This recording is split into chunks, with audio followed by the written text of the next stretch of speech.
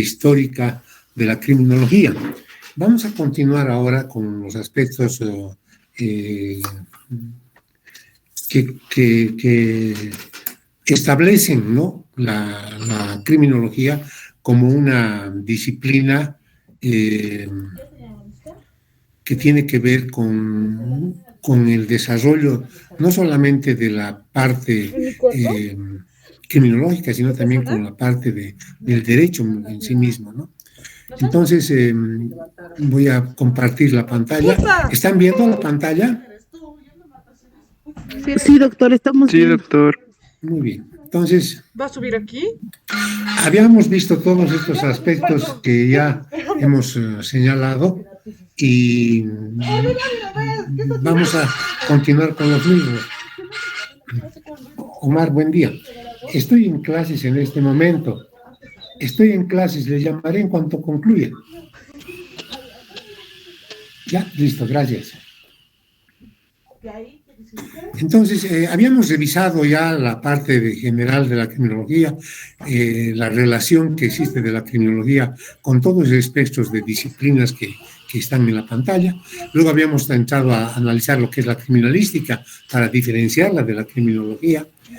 Habíamos establecido la criminología, su vinculación directa y además el desarrollo de cada una de esas partes que tiene que ver, por ejemplo, con el derecho penal, con la biología, con la psicología, la psiquiatría, con la victimología, con la propia criminalística y también con la sociología. Es decir, hemos hecho todo el desarrollo de estos aspectos tan importantes. Habíamos revisado en la parte ya de la evolución histórica de la criminología, cómo a partir de la edad antigua, de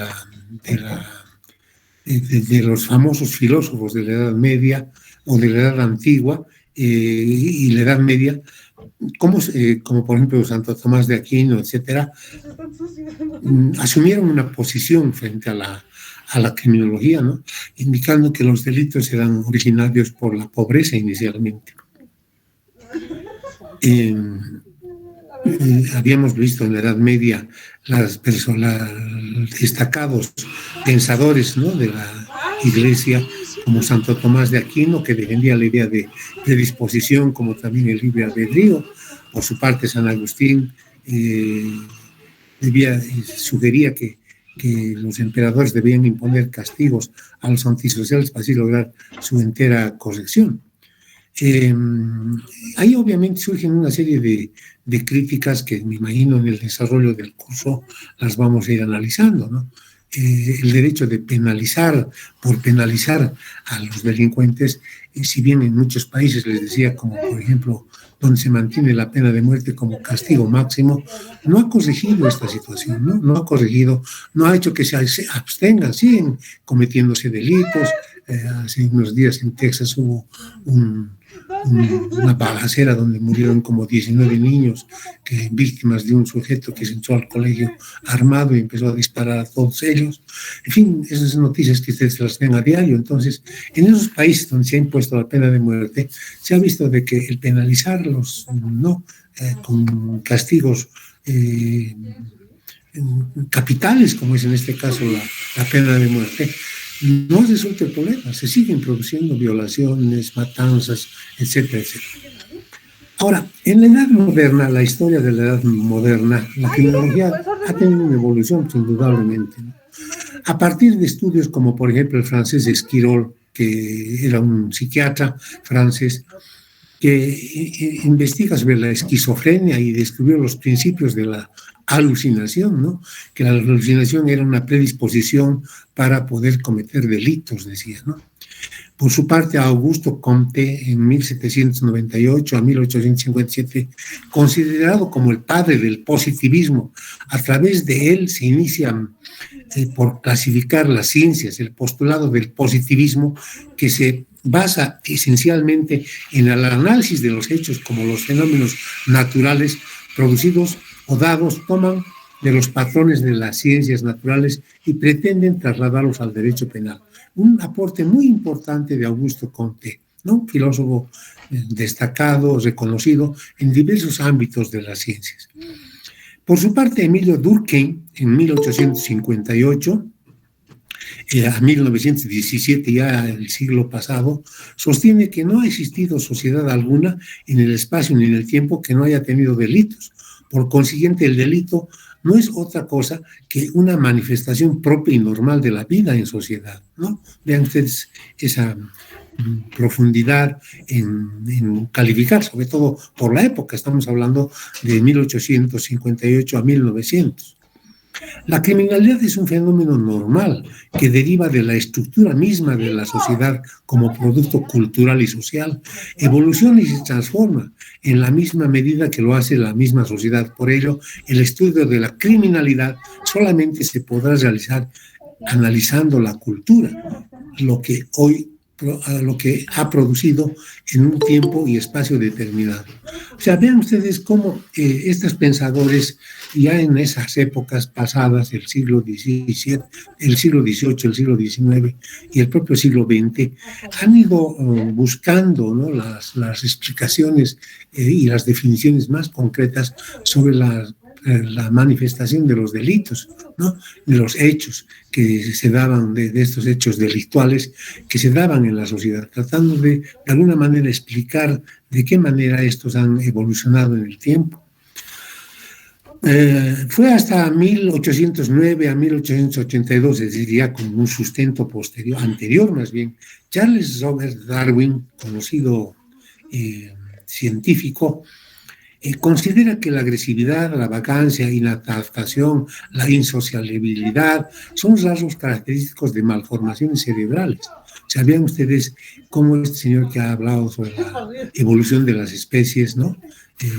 Darwin, la teoría darwiniana de las generaciones, cómo han ido evolucionando, cómo aparece, en la que se basa un poco también la historia de la odisea de la especie, que hemos tenido la oportunidad de ver, es que manifestaban de que habían personas que ya tenían malformaciones cerebrales, y esas malformaciones cerebrales eran ya de nacimiento. O sea, estamos hablando de lo que más tarde se dio a conocer con la escuela de César Lombroso, que es considerado el padre de la criminología, ¿no? Bajo este gran desarrollo de la investigación, del estudio de la criminalística, de la criminología, van a surgir posiciones, enfoques o paradigmas conocidos como escuelas de la criminología. La escuela positiva, la del positivismo, está liderizada como el padre de la criminología por César Lombroso, ¿no? Luego está la escuela clásica por Enrico Ferri, que fue una estudiante de Lombroso, ¿no?, en su época. Entonces, la escuela clásica de Ferri, ¿no?, establece, por ejemplo, que él sostiene, está basado por Francisco Carrara, Antonio Rossini, César Beccaria y Rossi, ¿no?, que son los más representativos de aquel momento. Uno propone programas de derecho criminal, esencia del delito penal. Antonio Rossini dice: derecho a castigar es el principio de la justicia. Por su parte, César Beccaria dice: el orden moral es accesible a los hombres libres e inteligentes.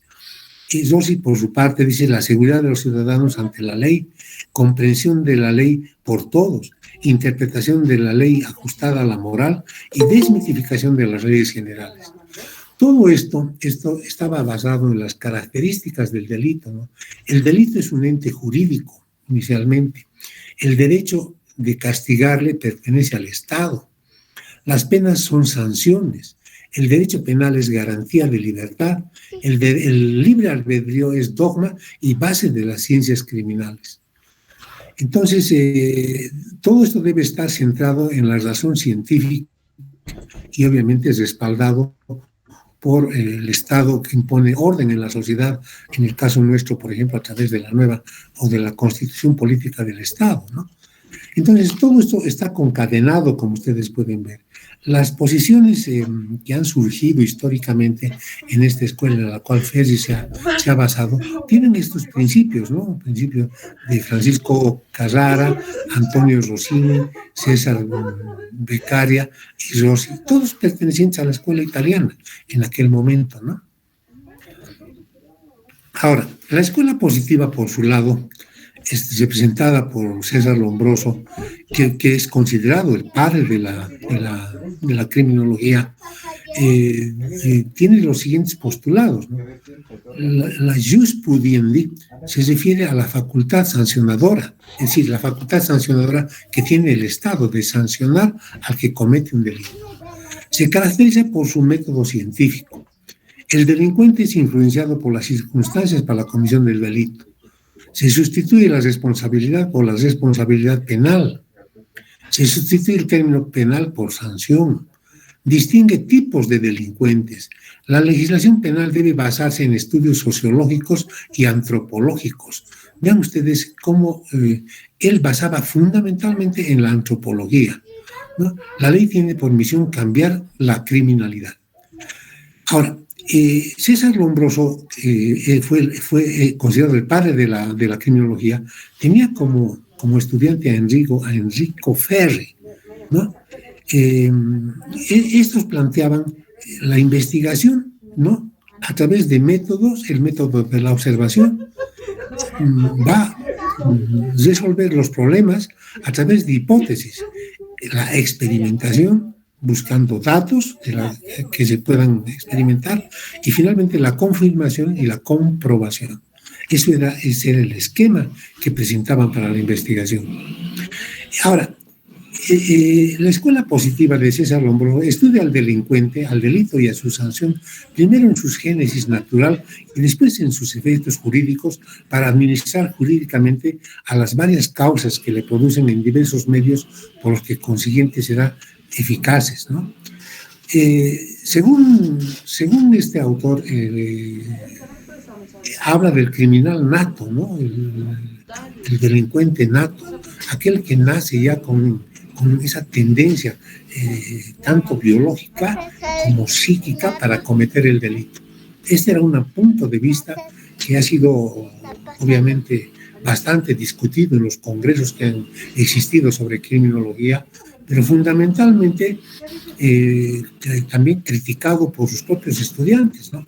Entre ellos Enrico Ferri, que hace una postulación totalmente distinta de lo que significaría la concepción del delito desde el punto de vista sociológico, la sociología criminal. El delito estudia el estudio antropológico del criminal. En Bolivia, por ejemplo, tenemos la figura de don Huáscar Cajías, que ha sido profesor de nuestra facultad. Ustedes lamentablemente no lo han tenido la oportunidad de conocerlo, él ha sido nuestro profesor. Él es uno de los representantes de la criminología en Bolivia. Tiene un texto muy importante, que es bueno que lo vayamos a compartir con ustedes a lo largo de las siguientes clases. Pero una cosa importante de rescatar en esto es el estudio de la estadística en Bolivia, ¿no? La estadística de los actos criminales. Ya adelantábamos en una clase anterior de que la mayor parte de los actos criminales se producen en las ciudades más pobladas, como son el eje troncal, que llamamos entre La Paz, Cochabamba y Santa Cruz, ¿no? Que son los sitios donde más delitos se producen. En Bolivia, las ciudades, como decía, Santa Cruz, Cochabamba y La Paz, son las más violentas e inseguras del país, representando casi el 75% total de los delitos cometidos.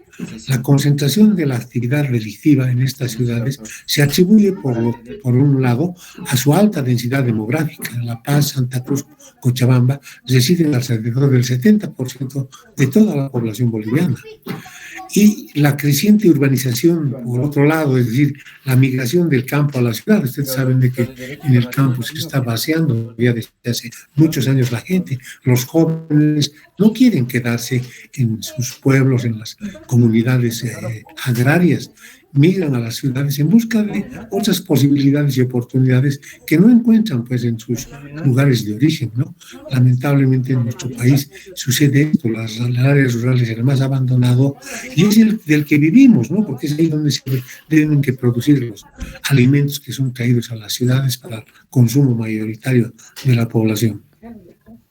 Y a la creciente urbanización, por otro lado, la gran cantidad de personas que perdieron la vida en actos delictivos en los últimos años. Ante esa situación, el gobierno se vio obligado a reforzar la seguridad a través de la creación de una nueva escuela básica policial para entrenar a futuros efectivos policiales.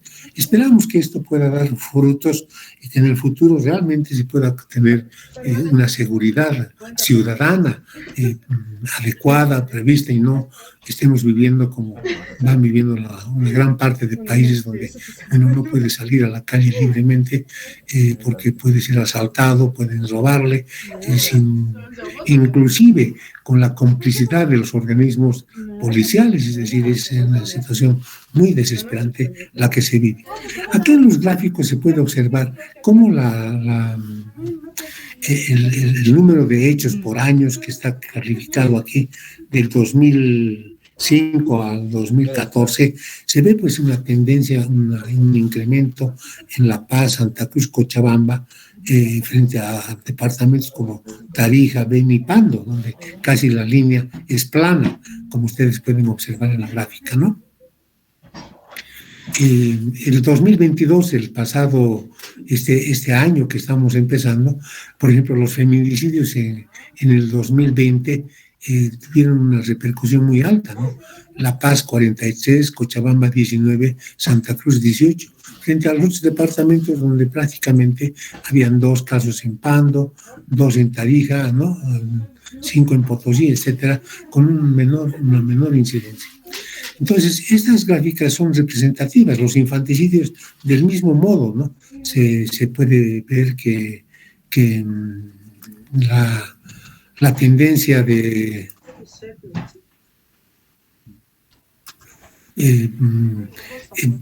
infanticidio, que en el 2020 se registraron 51 víctimas en 43 casos de infanticidio, de los cuales el 47% murió por asfixia.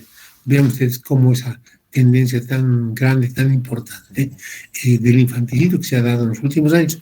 Podemos tratar de explicarnos a qué se debe este infanticidio, por qué mueren estos niños, la situación crítica económica que viven la mayor parte de la población, que están sumidos en la extrema pobreza, que no tienen para dar alimentos a sus hijos, que no hay trabajo, en fin, son concatenantes, ¿no?, de un proceso que lo analizaremos y que seguramente será objeto de investigaciones con todos ustedes. Este es el panorama que quería presentarles para que sirva de marco de referencia y que nos permita, pues, a partir de estos ya ir proponiéndonos trabajos que pueden ser de utilidad, pues, ¿no?, sobre estos temas que hemos señalado, tanto desde el punto de vista histórico como lo que está sucediendo en el momento actual. En nuestro país, nosotros como universidad tenemos que estudiar y tratar de buscar los mecanismos, estudiar, investigar y además tratar de lograr que estos elementos puedan servir, pues, para que la sociedad en su conjunto pueda servir, pueda serle útil para mejorar sus condiciones de vida y garantizarlas. Lo que queremos es que haya una seguridad ciudadana, ¿no?, que la gente no tenga peligro de salir el fin de semana, de poder compartir con los familiares o amigos, desplazarse donde quiera, sin restricciones, ¿no? Hoy en día esto no todos tenemos esa libertad, ¿no?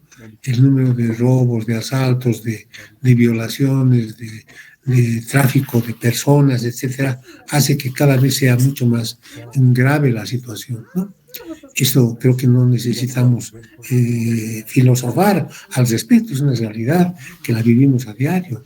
Cada vez nos enteramos de que una persona ha sido atacada, agredida o ha sido muerta, inclusive producto de un asalto, por robarle unos cuantos pesos, ¿no?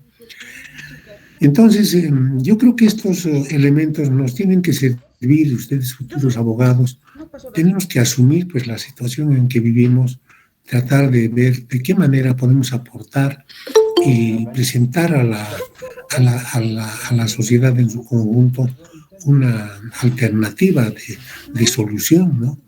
Si no estaríamos aportando en nada, ¿no? nuestro deber es ese, ¿no? Por lo menos aproximarnos, tal vez no encontrar la solución, pero hacer estudios, por lo menos, ¿no? Estadísticas que nos digan, a ver, qué está pasando en el momento actual, cómo se está comportando. Es evidente esto que he mencionado, esas estadísticas que están ahí anotadas y que servirán de marco de referencia, ¿son las reales o las estadísticas tienen que modificarse?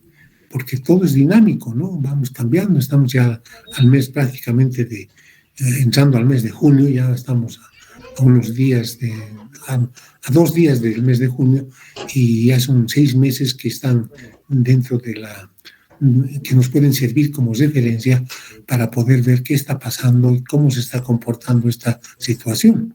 En los diferentes tipos de delitos, además, ¿no? Vamos a ver esto con mucho detenimiento para que nos sirva de aporte y de poder actualizar estos datos tanto para las autoridades, ¿no? del Poder Ejecutivo como también del Poder Legislativo, ¿no? Yo decía, a veces las leyes se aprueban en nuestro país sin conocer los verdaderos patrones culturales que mencionaba Perry o Durkheim, que decía que los patrones culturales son importantes porque esos nos van mostrando la cultura de la violencia. No, la cultura de la violencia es diferente, pues, de la zona geográfica de la que estamos hablando. Bolivia, pese a ser un estado plurinacional, tenemos diferentes zonas, diferentes niveles ecológicos, inclusive, donde la cultura de la violencia no es la misma, ¿no? En el valle es diferente del trópico y será diferente del altiplano, ¿no? Donde las culturas ancestrales como la aymara tienen pues unas formas culturales de violencia totalmente distintas y diferentes a las de los matacos, por ejemplo, en el oriente. Entonces eso es lo que tenemos que analizar y ver. No se han hecho estudios serios al respecto. Yo he sido un crítico de esa situación y voy a mantener en esa posición porque es necesario dar una repasada a estos aspectos que nos pueden ayudar a resolver problemas futuros de una manera más efectiva y que la universidad verdaderamente cumpla pues su rol, ¿no? De ser el faro, de ser la orientación para que la sociedad encuentre mejores días en el futuro, lo que no está pasando en el momento actual. No sé si tienen alguna duda, alguna pregunta hasta este momento, tienen la palabra para poder compartirla y o alguna aclaración para poderla analizar. Estamos a la orden. Tienen la palabra, jóvenes.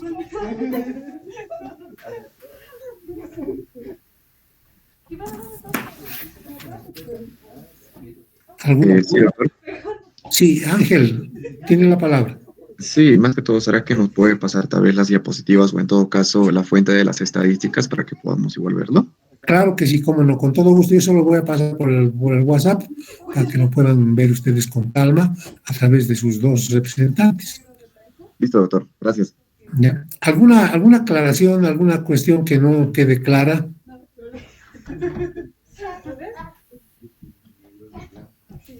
No hay nada, todo está bien clarito, todo sirve para entrar a la evaluación.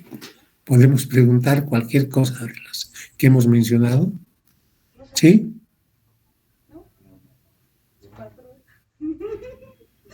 Bien, jóvenes, dicen que el silencio otorga.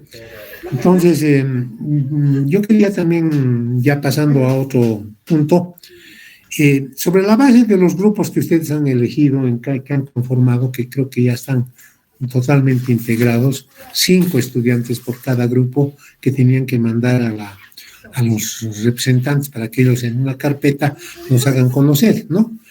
Esos grupos ya los tenemos, ya están establecidos.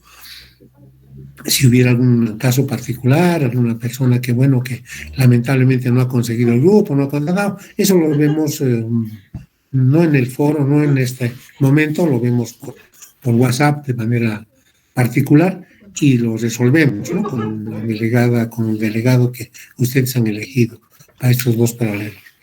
Pero esos grupos que ya los tendríamos, vamos a asignarles ya trabajos, ¿sí?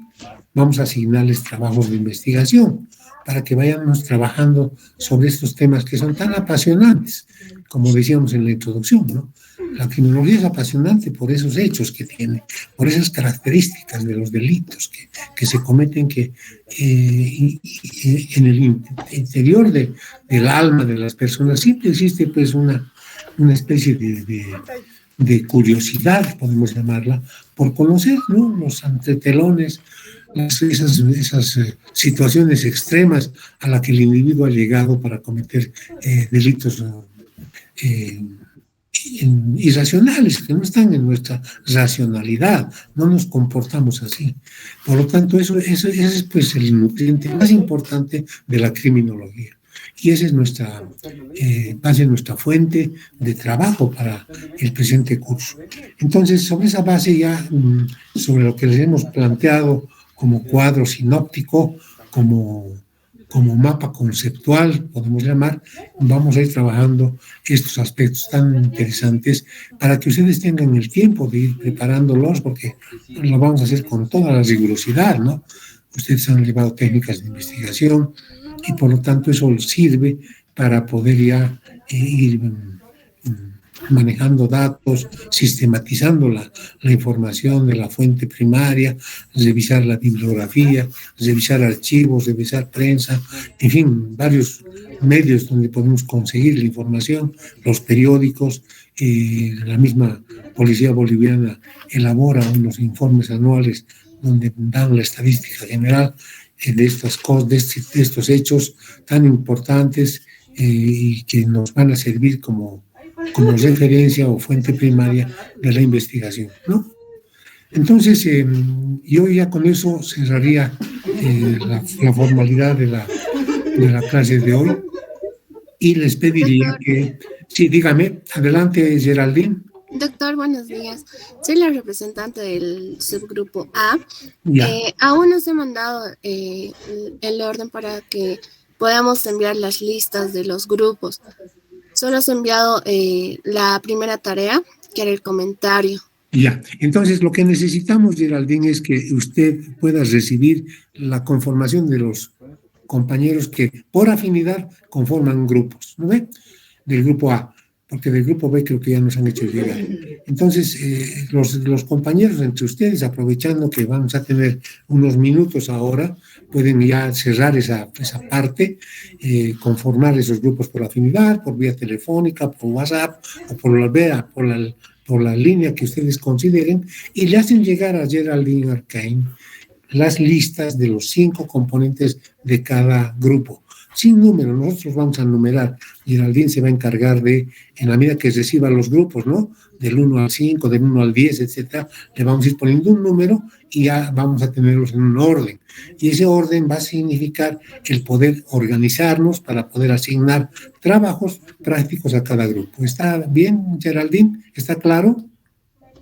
Sí, doctor, está bien. Y en una sola carpeta los van a poner usted a los grupos X que van a llegarle, 5, 7, 10, los que sea, los vamos a poner en una carpeta y esa carpeta va a ser de grupo, además con el título, ¿no? Grupos de trabajo del grupo, del subgrupo A, listo, de criminología. Ya, doctor, está bien. Gracias. Ya. Ahora, sería bueno darnos un plazo, porque tampoco esto va a quedar abierto. El plazo tendría que ser hoy mismo, o sea, tenemos todavía tiempo hasta que termine la clase, se supone que tenemos casi 40 minutos por delante para poder cerrar esta lista hasta las 12, y una vez que cierre usted la lista, ya por la tarde me lo pone por el WhatsApp y subimos la carpeta, ¿sí? Para todos los demás compañeros queda el mismo desafío. Los que no puedan encontrar grupo, que sé yo, solos, todos los resolvemos de manera particular, pues no lo vamos a hacer en el foro, en la plataforma. Doctor, buenos días. Sí, buenos días, don Ricardo, dígame. Soy el representante del subgrupo B. Le quiero comentar que ya yo tengo a todos los estudiantes de mi grupo. En grupos, somos en total unos 6 grupos y le envío. Sí, en una carpetita le pone título, le pone grupos de trabajo subparalelo B, criminología, y lo mete en la carpeta los 6 grupos cada lista con 6 componentes. Ya, está bien, doctor. Se lo voy a enviar en una carpeta RAR. No sé si estará bien porque WhatsApp no permite enviar carpetas normales. Ya, está bien, no hay problema. Me lo manda así en Excel, ¿no ve? ¿Ya? Los 6 grupos en Excel y listo. O si no, por WhatsApp me manda en Excel también, ¿no? No hay problema. Ya, está bien, doctor.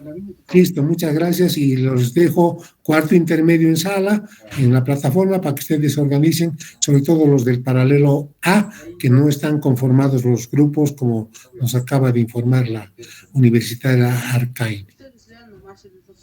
Sí, nada más eso, jóvenes, buenos días y los espero el próximo lunes a las 10:30. Hasta luego, doctor.